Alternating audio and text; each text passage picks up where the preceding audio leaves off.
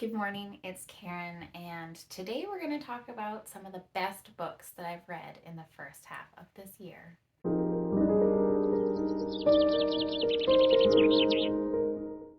I have read so much, and I really want to talk about so many things, but we're going to start with just some of my favorites.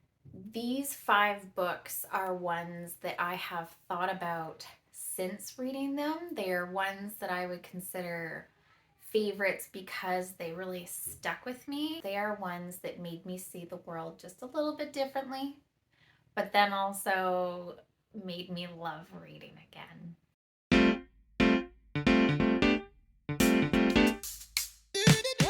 This is one from my bucket list. My bucket list is mostly classic fantasy, classic sci-fi, and this is one of those that I'm so happy that I included, and that is The Sea in Summer by George Turner.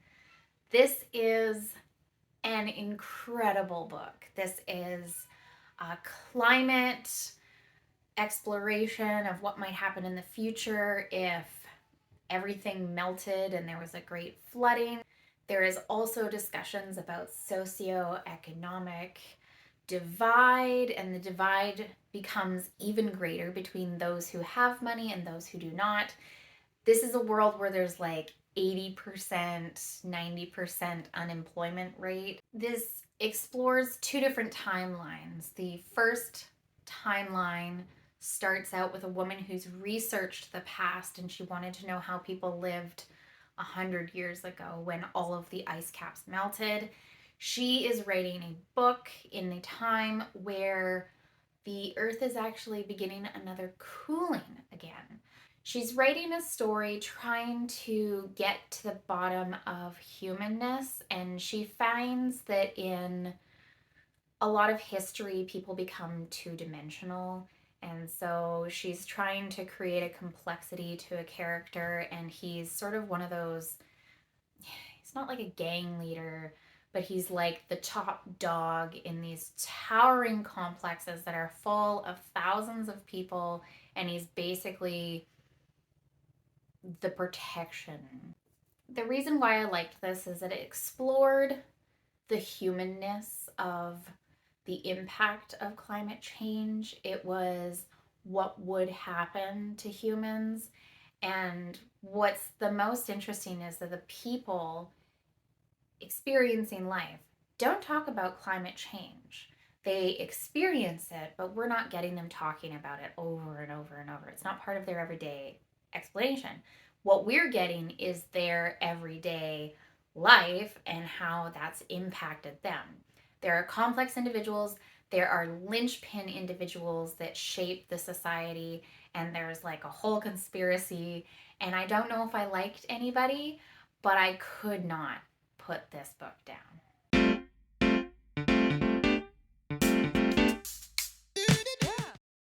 This one was expected and yet unexpected, and that's Soul Boom by Rainn Wilson.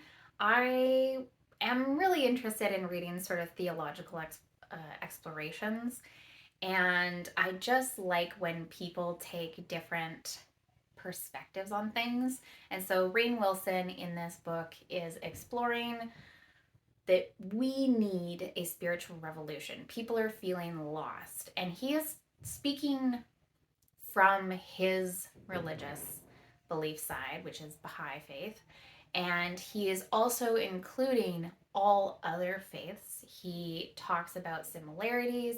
He even talks about the sort of just like generic spirituality, but he basically is arguing that people are in such a depressive state in these days that he believes that we need a spiritual revolution, and we need to re-examine our lives and believe in a higher power and just incorporate that in our lives, and just incorporate kindness and love and forgiveness and all of those just basic human things that we seem to have lost over the years as we've pushed away from any sort of religion. And he saw this a lot during the pandemic, especially when people were really, really depressed and in really bad states. So he includes a lot of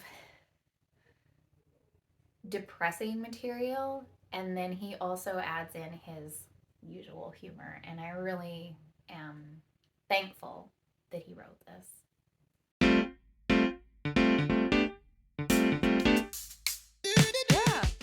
This isn't one that completely changed my life per se. I didn't see the world slightly differently, but I absolutely love this one. Now, this is The Justice of Kings by Richard Swan, and I want to get back into fantasy. I've sort of been away from it because I want to find the good stuff, and I'm struggling to find things that really capture me. And this was on so many people's top 10 of last year that I was like, okay, fine, I'll shot in the dark, I'll buy it and see what happens. And I loved it. I could not put it down. I read this like over just a couple of days, and that's really hard to do with children. And I was just finding time, and I was like sneaking out, and I was just like reading it behind, like when one was napping and the other one was occupied. I was like, oh my goodness, I want to know what happens. This follows a woman who's the clerk to a justice, and this justice basically goes to different towns and he delivers the law. And over the course of the book, the justice discovers that he maybe doesn't have the reach that he thought he did. He doesn't have the power that he thought he did. But that's such a small part of this. This is mostly a mystery. And I think that's why I love this so much, is that this is a subgenre that I definitely want to be looking into more. Mystery, but fantasy. Yes, please. Give me more. I immediately ordered the second book and I have it ready to go for next year.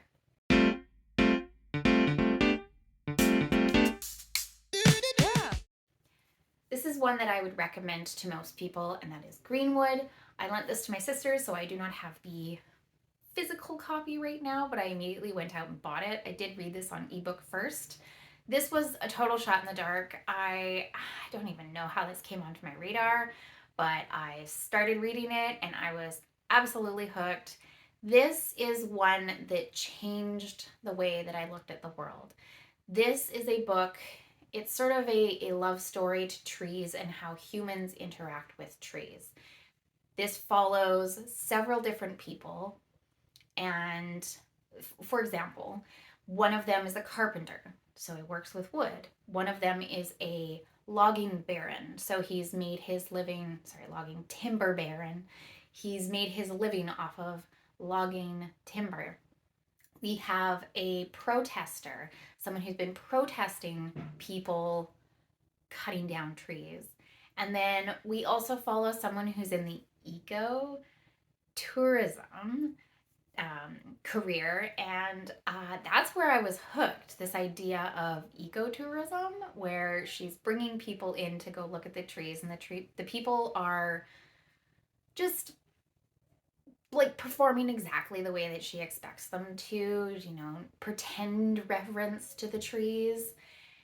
And it's kind of fascinating to look at something so mundane as trees differently.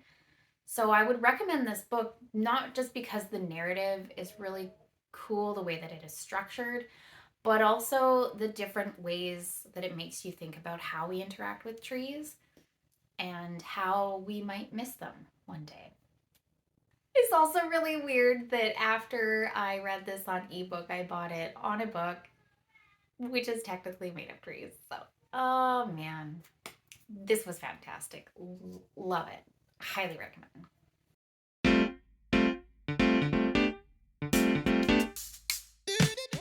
The last one is a really weird one.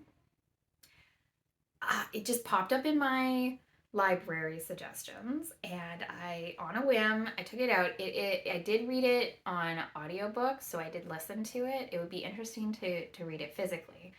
But this is called Death of an Author. And this is a fully AI created, 90% AI created mystery. And it is the most fascinating thing to read. Now, the author, Stephen Marsh, he writes for a newspaper. I can never remember which one it is, but he was challenged to write a book 90% with AI tools. And now I would say that the story itself is like 3 star. It's like, it's mediocre at best. It is in the style of like Raymond Chandler. There's a lot of like kind of speakeasy talk, a little bit noir. It's set in Toronto. It's following this author who was famous because she wrote science fiction, and her science fiction explored robotics and AI and people's interaction with them. And then she gets murdered. And then it's sort of a whole exploration of that. The thing that made this a top read was the afterword, where Stephen Marsh talks about our world's interaction and reception to AI, and how he says that our worry that AI is going to take over and it's the death of creativity and artists have no place anymore, he says it's just a knee-jerk reaction. Instead, we need to look at it as just the next tool. You know, like think about the printing press. People were scared of the printing press. They thought it would like take away oral traditions. They thought it would take away power, and then all of a sudden it became this next tool. Think about computers. People were afraid of computers, and now we use them as tools. I mean, people are still kind of afraid of computers and now AI, but the metaphor that he used that stuck with me was, you don't take a hammer, hit yourself in the head, and then blame the hammer for the injury. You were the one who wielded the tool. So AI is just a tool that you can create things. I don't know if this experiment was exactly like mind blowing, which is just fine. But the afterword, I think it's a super short book. It was like a 4-hour audiobook. So if you get the chance to just like check it out, just check it out. Just for the afterword, just for the conversation to be had about AI and where its place in society is. Thank you so much for watching. My name is Karen. I'm the Book Libraut, and I love exploring all different books. Thank you so much for watching. See you soon. Bye.